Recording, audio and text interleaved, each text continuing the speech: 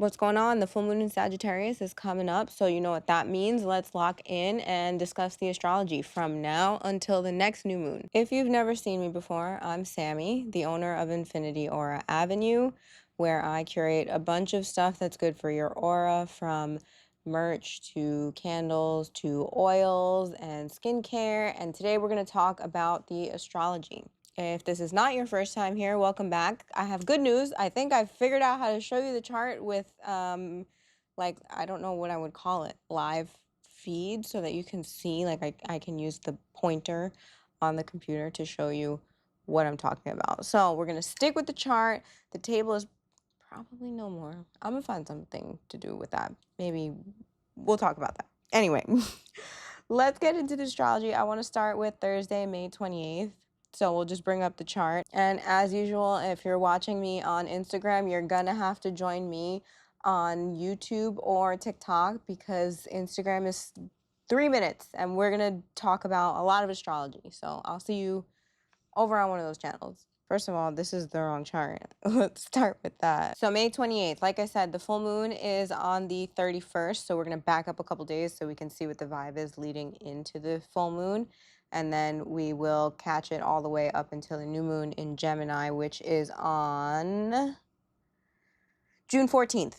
So we're looking at, I probably put it up before, but we're looking at May 28th to June 14th.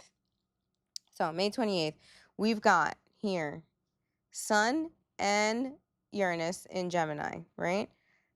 We also have Mercury in Gemini. We've got Venus in Cancer, Jupiter in Cancer, Moon in Scorpio, Pluto in Aquarius, Neptune and Saturn and Chiron in Aries, Mars in Taurus. That's where our baseline is. I want to talk about first the Sun with Uranus, right? This is new ideas about the self. You need to check the house that Gemini rules in your chart, and you'll be able to figure out exactly what kind of new ideas and what area of your life you're looking at. But likely, this is like a passing idea at this point, because the Sun is already on the other side of Uranus. So like there's some kind of disruption in this area that kind of shakes up a little bit of like what you are visioning of yourself. Then we have Sun trine Pluto. This is for the day. Oh, by the way, that first transit is going to last until about Saturday, Sunday. So we're still coming out of the effects of that for the whole week. Okay, so Thursday, Friday, Saturday, Sunday, a little bit still kind of in that like, oh, that just happened.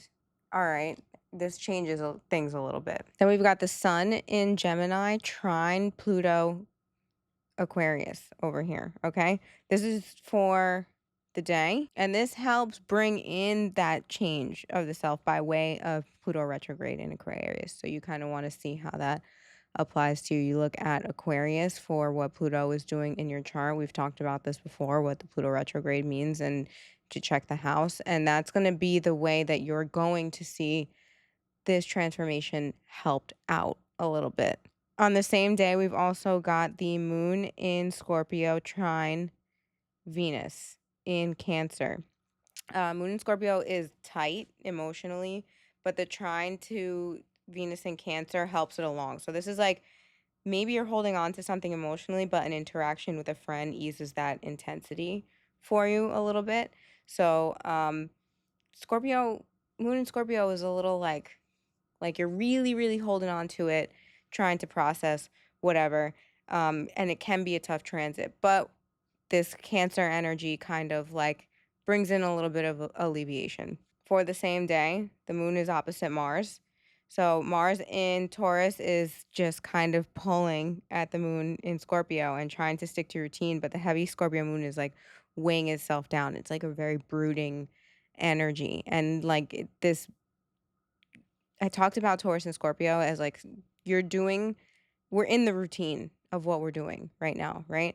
So whatever that routine is, or what you're trying to stick to, the emotions are like, no, but we have to sulk a little bit.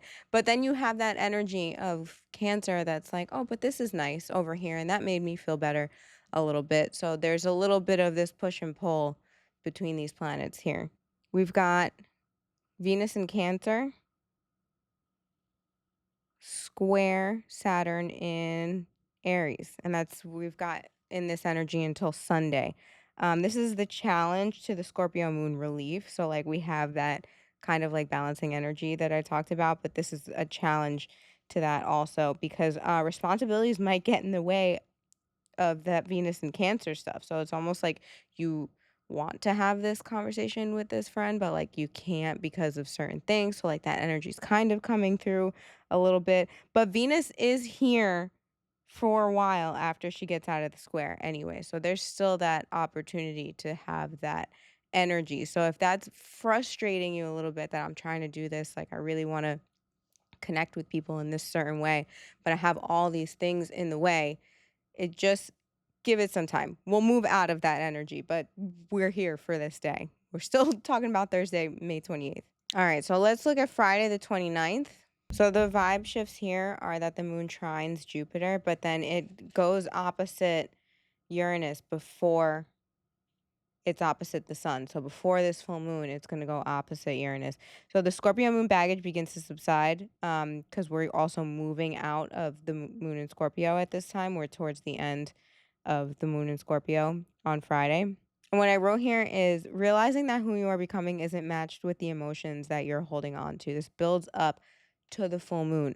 So this is big feelings around like this is who I am trying to be, but it's not really matched up with how I'm feeling right now, and I'm trying to move past this in this kind of way. And this is the energy leading up to this full moon. So let's get into Saturday, May 30th. We still have a lot of that underlying energy that hasn't shifted too much yet. But the moon does move into Sagittarius. And the moon in Sagittarius is much lighter than the moon was in Scorpio, a little bit more fun, more optimistic if you're able to really surrender to the transformation of this moon cycle and not fight it.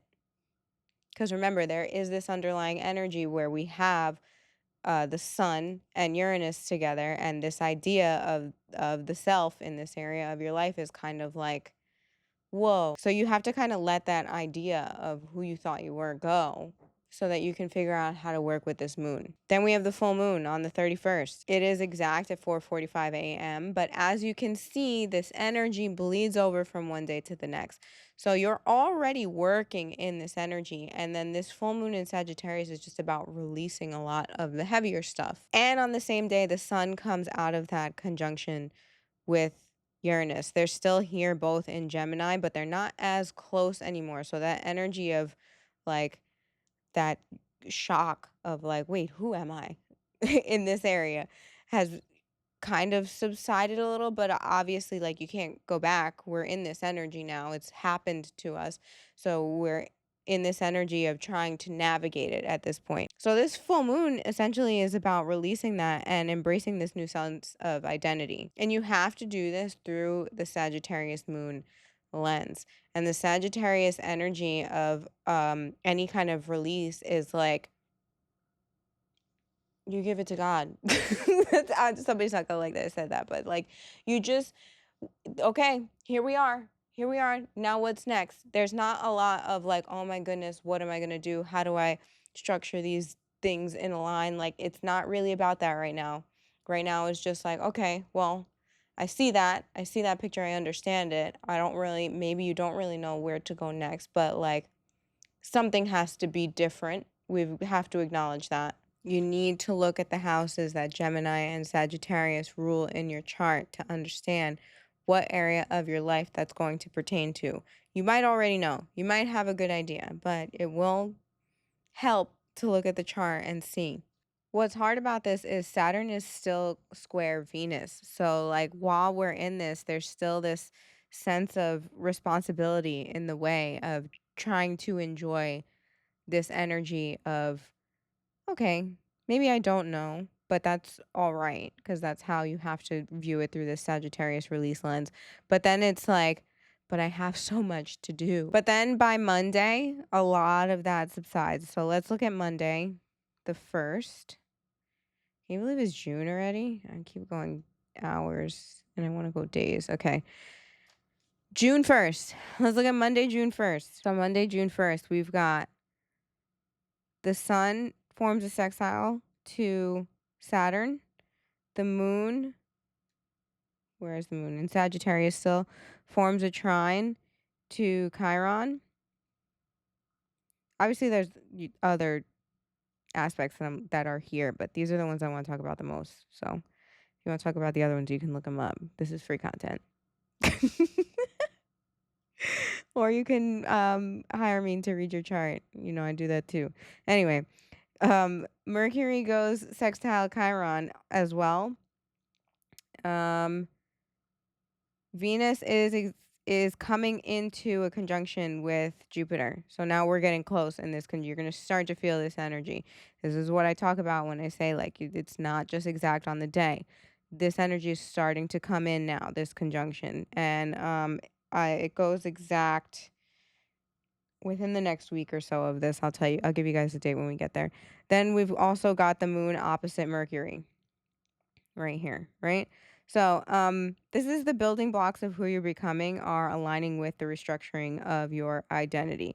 So we're still going through that, right? But now there's a sense of like, okay, maybe I start here. Monday comes and it's like, I understand. Maybe this is where I have to start. Conversations and emotions work well to heal past traumas. That's going to be Mercury sextile Chiron. Venus leaves the square with Saturn and begins to conjunct Jupiter.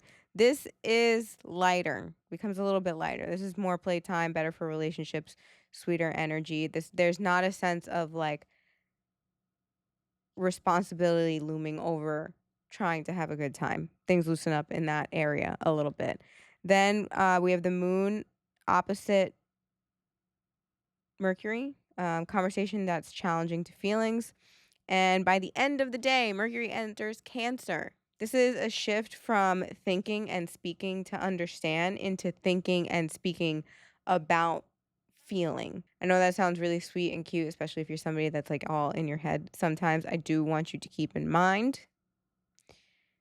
Mercury is going to retrograde in Cancer in July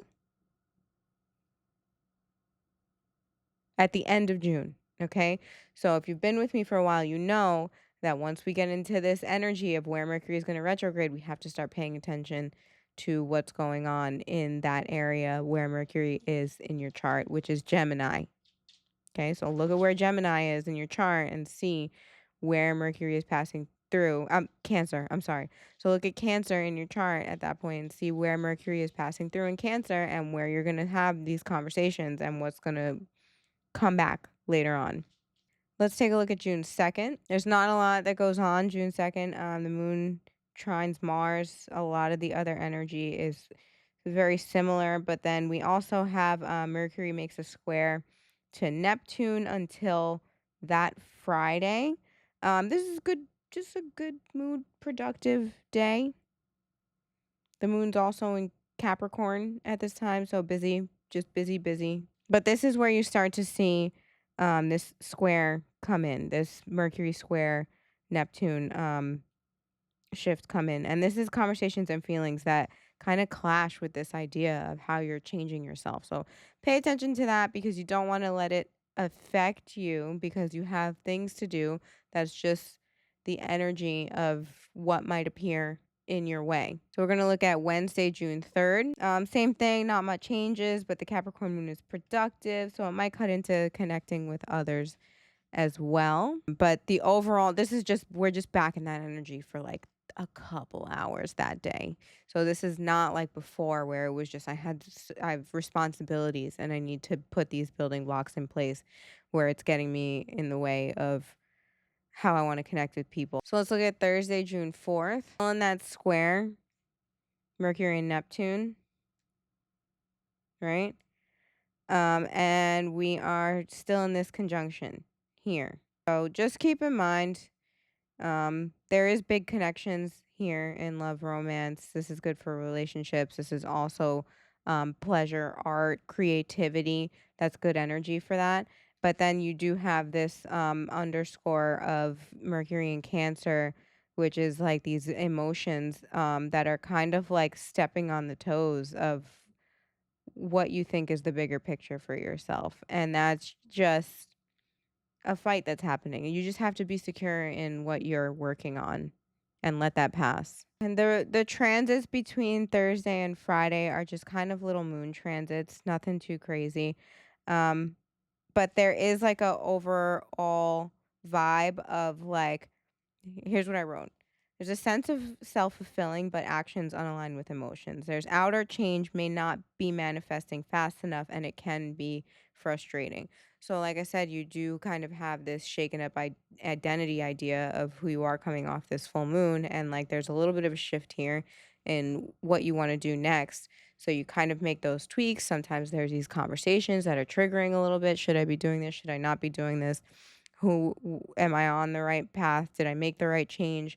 But you just kind of have to put the blinders on and go with what you think is going to work, because there will be that background noise of like, ooh, should I? The next day I want to look at is the 7th. The reason I want to look at this is because the moon joins the north node here, right? So these same like thoughts, ideas, conversations that are kind of challenging are also helping you emotionally to get where you need to go, which kind of sounds contradicting, but it kind of, because you're looking at the moon in Pisces here, this is like, okay, I see the dream. Even if this conversation over here doesn't really see the dream and it's not really making too much sense to whatever is happening in this thought process or whatever, I feel it, right? Which is what a lot of this North Node um in Pisces is. Like you have to feel it. You might not see it right away. It might not make a lot of sense, but like you can feel like no, like say all right, say this conversation comes through as like you tell somebody something and they're like, I don't think you can do that. And then there's this little voice in your head that goes, no, you just think that you can't do it. So you're putting that on me and I'm going to do that because I feel it and I see it. That's kind of what this energy is like, no, you're wrong. It's cool. I can see the vision and I feel it and I am understanding where I want to go. I really like this moon north node with when they're both in Pisces together. I've been liking these transits because it's like this emotional, like, okay, I am on the right. I'm on the right track. And then for the next couple days, the energy stays very similar, but we have on the 12th, you're not going to be able to see it on the chart because this is just things that I've looked at. On the 12th, Mercury starts pre-shadow. From June 12th, you need to start paying attention to the conversations, the patterns, and the miscommunications that are going on in the area of your life that is ruled by Cancer. Because when Mercury goes retrograde on the 29th of June, those things will come back up. We've got about 3 weeks of conversations and issues and stuff to pay attention. And I say that. Here's the crazy thing is I say it and I know that I have to pay attention and I do see these things and I pay attention to them. I guarantee you 9 times out of 10, it's still going to blow you out of the water. But then also after you're going to be like, yeah, that makes sense. That makes sense. I didn't see it happening like that, but woo, here we are. So, the astrology has been pretty calm for the month of May. Towards the end of May, it's going to kind of stay that way. Once we get into June, things start to shift. We have this identity shift, right? That comes through first. So that's a lot of what we're looking at now. And then we start to see a little bit more of these shifts. The astrology starts turning up a little bit and in through June and we get that retrograde, that Mercury retrograde. And then we hit the new moon in Gemini, which I'll talk to you about next time. If you need a personal reading, you can catch me on infinityauraavenue.com and book me on Zoom. If you're local, you can come into the studio. I did a restock on manifesting candles and manifesting oils, so those are also all in the shop ready to go if you need them on infinityauraavenue.com. I hope this was helpful and I will see you in June. June. All right. Bye.